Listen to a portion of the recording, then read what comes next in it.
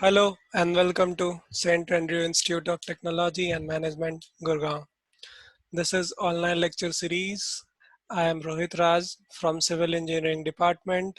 We are discussing irrigation engineering, which is in your sixth semester syllabus. And this is fifth lecture of the series. Today, we are going to start cross drainage work as introductory parts. Okay, so let's start. Before this, we have already studied the canal regulation works, and that include also canal falls and canal scapes. Now let's start.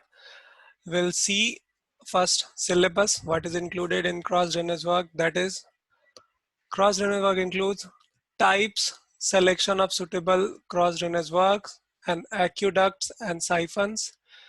Now we have to separately have a stage study of aqueduct, determination of maximum flood discharge and waterway for drain. Okay, these all we'll see in coming three lectures mostly. Okay, so let's start. What is cross drainage? Okay, basically when we have an intersection of canal, sorry, intersection of canal and natural drainage system, then we have to design canal so that it can pass through natural drainage systems without getting mixed with that. Okay, so this situation is cross drainage work and we plan accordingly. Okay, in an irrigation project, when the network of main canals or branch canal or distributive canal are provided, the canals may have to cross the natural drainage. Okay, so when they cross natural drainage, okay, when they cross natural drainage, then the requirement of cross drainage works arises. Okay, so natural drainage may include rivers, streams, nalas. Okay, so that thing you have to keep in mind. Okay, at different points within the command area of project, the crossing of the canals with such obstacles cannot be avoided. Yes, whenever we are able to avoid the crossing of our canal systems, main canals, branch canals, or distributaries, that they do not meet with the natural drainage like rivers, streams, or nalas, then we try to avoid them. Okay, we don't want to meet them. Okay, but when this situation is not avoidable, we are not able to avoid the situation, there we design our cross drainage works. Okay, so suitable structures must be constructed at the crossing points. Okay, so we need some suitable structures that could allow the passage of natural drainage water and canal waters without mixing with each other. Okay, these structures are known as cross drainage works. Now, irrigational canals, while carrying water from headworks to crop fields. Yes, why do we need canals? Basically, we need canals to provide water to the crop fields. Okay, irrigational water to the crop fields. We have to cross few natural drainage like nalas. To cross the suitable drainage, we need to construct CDWs. Okay, cross drainage works. Now we can use them as CDs. Okay, at the meeting point of canal drainage, the bed levels may not be same. Okay, and yes, at the meeting point, the bed levels may not be same. Somewhere the cross drainage, somewhere the canal bed may be higher, and that means full supply level is higher than HFL of natural drainage, that is highest flood level, or in some cases HFL, that is natural drainage, has highest flood level is higher than the FSL, that is full supply level of canals. So depending upon the bed levels, different structures are constructed according to their bed levels. Okay, and they are named accordingly. Okay, now why do we require? We have already studied that during the intersection of natural drainage system, that is rivers, nalas, okay, and the canal systems, okay, there we use cross drainage work. Why do we use? Let's see them. The watershed canals do not cross natural drainages. In actual orientation of the canal network, this ideal condition may not be available and the obstacles like natural drainage may be present. Okay. In general, if we are designing canal systems, then we will design in such a way that it should not cross the natural system. But these situations generally not possible. These situations are impossible in practical design purposes. So for that, cross drainage works must be provided for running the irrigation system. At cross drainage points, the water of the canal and the drainage get intermixed. Okay, if we do not provide any cross drainage works, okay, if there is no cross drainage structures, then the water of the canal and the drainage system get intermixed. So for smooth running of canals, we have to construct the cross drainage structures. Okay.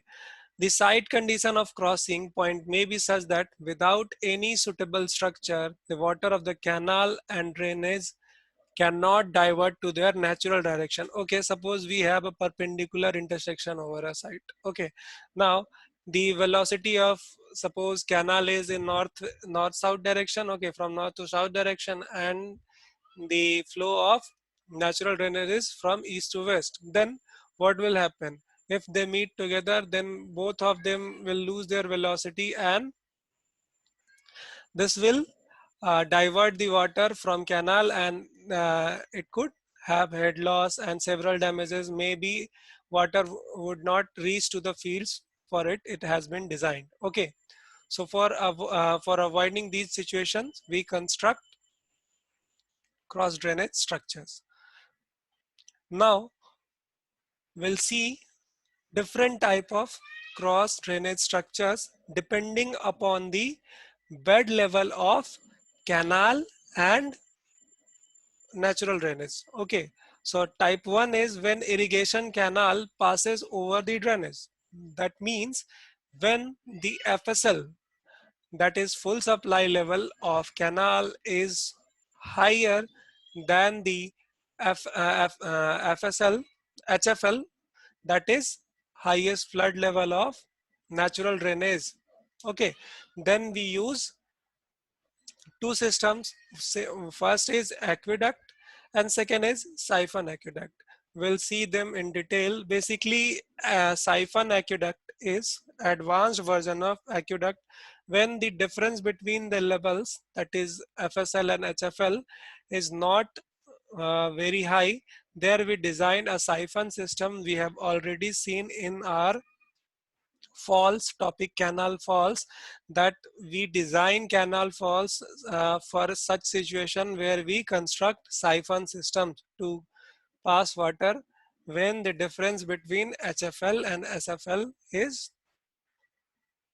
not very high.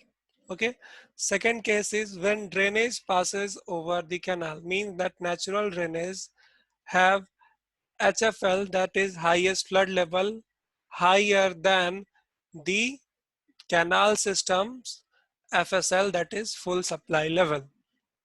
There we construct super passes. Okay, and siphon super passes is also an advanced version of super passes where this difference is not very much high. And third situation is level crossing. Okay, when they both of them have same level, then there we construct level crossing or inlet and outlet system. We'll see each of them one by one. Okay, let's start with aqueduct. Now, before that, we'll see why we select specific type of cross drainage work. Why do we select aqueduct or siphon aqueduct or super passage or siphon super passage or level crossing or inlet and outlet system? So reason behind them is that relative bed levels, first reason, and main reason is that if the bed level of canal system is higher, then definitely it should pass above the natural drainage system. That will lead to an aqueduct. Okay, if the bed level is lower, then that will lead to super passage. And why do we need then siphon aqueduct? Because the bed level difference is not that much high. Then there we need siphon system. Another point is availability of suitable foundation. Yes, these things we also need to figure out that whether the foundation there is suitable for that construction or not. Suppose we are designing a super passage or siphon aqueduct. Okay, there we need piers to be constructed. Okay, for that we need foundations there. If the soil is not suitable there, then we have to select an other alternatives. Okay, so depending upon the suitability of foundation, we'll choose different type of cross drainage work. Now third point is economic conditions. Okay, economic consideration will design cross drainage structure or cross drainage wall also upon the economic consideration. Suppose we have huge funds, then we can easily design super passes, okay, or siphon super passes. But if we are having lack of fundings, then we'll have to think about that because it is a vast structure and need a lot of investment. Okay, so we'll choose according to economic considerations also. Now discharge of drainage also. Okay, discharge of drainage is important because suppose we are designing a super passage, then we'll design according to the HFL, and the capacity of that structure should be prior computed, and that totally depends upon the discharge of drainage. Okay. And also construction problem, there may be several problems during the construction. Suppose it affects any region, okay, uh, any villages there. So these hydraulic structures may be affected due to construction problems also. They may get affected due to locals, or they may get affected due to inability of resources, laborers, anything, any work can be possible. Okay, now we'll start with type 1, that is irrigation canal passes over the drainage system. Okay, this situation involves the construction of following, that is first one will construct aqueduct if the FSL and HFL difference is 2 sufficient. Okay, there we will construct aqueduct, otherwise we'll construct siphon aqueduct. Okay, so what is aqueduct? The hydraulic structure in which the irrigation canal is over drainage, such as rivers, streams. A structure in which the irrigation canal is over the drainage system, like rivers, streams, or nalas. Okay, this is known as aqueduct. This structure is suitable when bed level of canal is above the HFL of drainage system. This one you need to remember, that bed level of canal is above the HFL of drainage. So clearly, if the bed level of canal is above the HFL of drainage, then there is no requirement of siphon system. Clearly, water can flow through uh, drainage system without any disturbance by canal system or above it. Okay, you can see with an example, this is the bed level of canal system. Okay, and this is the HFL of natural drainage. So clearly they have nothing to do with each other. They will pass without getting mixed, okay, or without intersecting each other. So there we'll construct an aqueduct where the HFL is less than the CBL, that is canal bed level. Okay, here you can also see this. This is HFL, this is HFL, and this is the canal bed level. Clearly you can see there is difference between HFL of natural drainage and the bed level of canal system. This one is an example of aqueduct. Here you can clearly see that highest flood level, that may be at this situation particular, the canal, the drainage system is flowing at this level. But in case of HFL, it may rise to this point. Okay, still we have a very good margin for the bed level of canals, this much of margin. So here you can clearly see that there is difference between the HFL, that may be here only, and this point, and the bed level of canal that will rise from this portion, okay, here.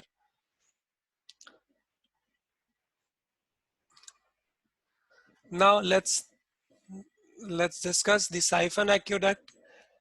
In a hydraulic structure where the canal is taken over the drainage, but the drainage water cannot pass clearly below the canal.